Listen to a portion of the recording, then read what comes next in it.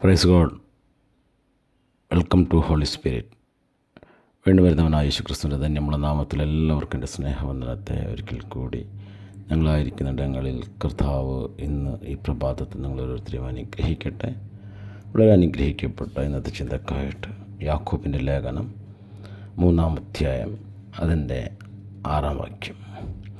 നാവും ഒരു തീ തന്നെ, അത് നമ്മുടെ അംഗങ്ങളുടെ കൂട്ടത്തിൽ അനീതി ലോകമായി ദേഹത്തെ മുഴുവൻ മലിനമാക്കി ജീവചക്രത്തിന് തീ കൊളുത്തുകയും നരകത്താൽ അതിനെ തീ പിടിക്കുകയും ചെയ്യുന്നു. ഹല്ലേലൂയ. വളരെ അനുഗ്രഹിക്കപ്പെട്ട അപ്പോസ്തലനായ യാക്കോബ് എഴുതിയ 3-ാം അധ്യായത്തിൻ്റെ 6-ാം വാക്യമാണ് നമ്മളിന്ന് ചിന്തിക്കുവാനായിട്ട് പോകുന്നത്. നമുക്കറിയാം, മനുഷ്യ ശരീരത്തിലെ ഏറ്റവും ചെറിയൊരു അവയവം എന്താണെന്ന് ചോദിച്ചാൽ നാവ്. നാവിനെ ദൈവം അതുപോലെ തന്നെ പ്രൊട്ടക്റ്റ് ചെയ്തിരിക്കുന്നതും നമുക്ക് കാണുവാനായിട്ട് കഴിയും. നമ്മുടെ ചുണ്ടിൻ്റെയും പല്ലിൻ്റെയും അകത്താണ് നാവിനെ കർത്താവ് സെറ്റ് ചെയ്തിരിക്കുന്നത്. കാരണം ഒരു മനുഷ്യൻ അവൻ്റെ വിക്ടറി അല്ലെങ്കിൽ അവൻ്റെ പരാജയം എന്ന് പറയുന്നത് ഏത് പ്രതിസന്ധികളിലും അവന് ഉയരുവാൻ കഴിയും. കാരണം അവൻ്റെ നാവ് അധികാരത്തിന്, അതാണ് കർത്താവ് യിരെമ്യാവിനോട് പറയുന്നത്, നിൻ്റെ നാവിനെ എൻ്റെ വചനത്താൽ തൊട്ടിരിക്കുന്നു. വചനത്തിൻ്റെ ശക്തി നാവിന്മേലിരിക്കുന്നു. സദൃശവാക്യത്തിൽ നമുക്ക് കാണുവാൻ ജീവനും മരണവും നാവിൻ്റെ മേലിരിക്കുന്നു. അപ്പോൾ ദൈവത്തിൻ്റെ പൈതൽ, ദൈവത്തിൽ വീണ്ടും ജന്മം പ്രാപിച്ച ഓരോ ദൈവ പൈതലിൻ്റെയും അകത്ത് ദൈവം കൊടുത്തിരിക്കുന്ന ശക്തിയാണ് നാവിന്മേലുള്ള ശക്തി.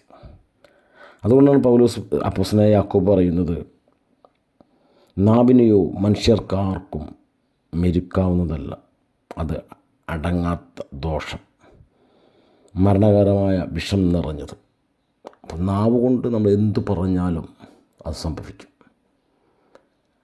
ഏത് പ്രതിസന്ധികളിലും, ഏത് സാഹചര്യത്തിലും, ഏത് സിറ്റുവേഷനിലും നമുക്ക് ഏറ്റവും പലരും നമ്മളെ നോക്കി പറയും, കഴിഞ്ഞു, തീർന്നു, ഇനി രക്ഷപ്പെടത്തില്ല എന്നൊക്കെ. പക്ഷേ നമ്മുടെ മേലിരിക്കുന്ന അധികാരത്തെ, അല്ലെങ്കിൽ നാവിൽ കർത്താവ് പകർന്നിരിക്കുന്ന അധികാരത്തെ നമ്മൾ വിളിച്ചു പറയുന്നുവെങ്കിൽ, ഞാനൊരു വിക്ടറിയാണ്, ഞാനൊരു പരാജയമല്ല എന്ന് നാം വിളിച്ചു പറയുന്നുവെങ്കിൽ, അത് നമ്മുടെ ലൈഫിൽ അല്ലെങ്കിൽ നമ്മുടെ ജീവിതത്തിൽ അത് വെളിപ്പെടും.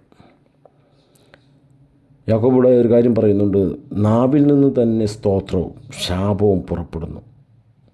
സഹോദരന്മാരെ, ഇങ്ങനെ ആയിരിക്കുന്നത് നന്നല്ല. നമ്മൾ നമ്മുടെ നാവ് കൊണ്ട് നമ്മൾ കർത്താവെ എന്ന് വിളിക്കും, കർത്താവിന് സ്തോത്രം കൊടുക്കും. പക്ഷേ അതേ നാവ് കൊണ്ട് നമ്മൾ ശാപവാക്കുകളും ഉച്ചരിക്കും. ഇന്ന് വിശ്വാസഗോളത്തിൽ ഏറ്റവും അധികം ഒരു വിശ്വാസിയുടെ പരാജയം എന്താണെന്ന് വെച്ചാൽ, അല്ലെങ്കിൽ അവരുടെ ലൈഫിൽ പരാജയപ്പെടുവാൻ കാരണമായത് എന്താണെന്ന് വെച്ചാൽ അവരുടെ നാവ് തന്നെയാണ്.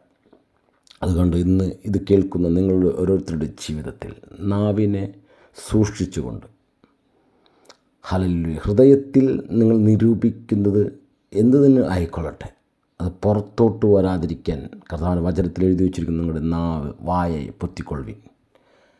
ഹല്ലേലൂയ. അത് പുറത്ത് വന്നാൽ, നിങ്ങളുടെ നാവിലൂടെ അത് പുറത്ത് വന്നാൽ അത് ക്രിയേറ്റീവാകും. അതുകൊണ്ട് നമ്മളെ തന്നെ സൂക്ഷിച്ച്, നമ്മുടെ നാവ് കൊണ്ട് നമുക്ക് കർത്താവിന് കൊടുക്കുന്ന മഹത്വം കൊടുക്കാനുള്ള നാവാണെന്നൊരു ഉറപ്പോടുകൂടി, ഞാൻ ഈ ലോകത്തിലുള്ളതല്ല, ഞാൻ ദൈവത്തിൽ നിന്ന് ജനിച്ചതുകൊണ്ട് ദൈവത്തിൻ്റെ നാവ് എൻ്റെ നാവിന്മേലിരിക്കുന്നു എന്നുള്ള അധികാരത്തെ തിരിച്ചറിഞ്ഞുകൊണ്ട് നിങ്ങൾ എഴുന്നേൽക്കുക. ഇന്ന് ഈ പ്രഭാതത്തിൽ ഇത് കേൾക്കുന്ന നിങ്ങളുടെ ജീവിതം ഏത് പ്രതിസന്ധികളെ ആയിക്കോട്ടെ, ഏത് സിറ്റുവേഷൻ ആയിക്കൊള്ളട്ടെ, അതിനെ നിങ്ങളുടെ നാവ് കൊണ്ട് നിങ്ങൾ പറഞ്ഞാൽ അത് നടക്കും തീർച്ചയായും. ഈ വചനങ്ങൾ നിങ്ങൾ ഓരോരുത്തരും ദൈവം അനുഗ്രഹിക്കട്ടെ. God bless you. ആമേൻ.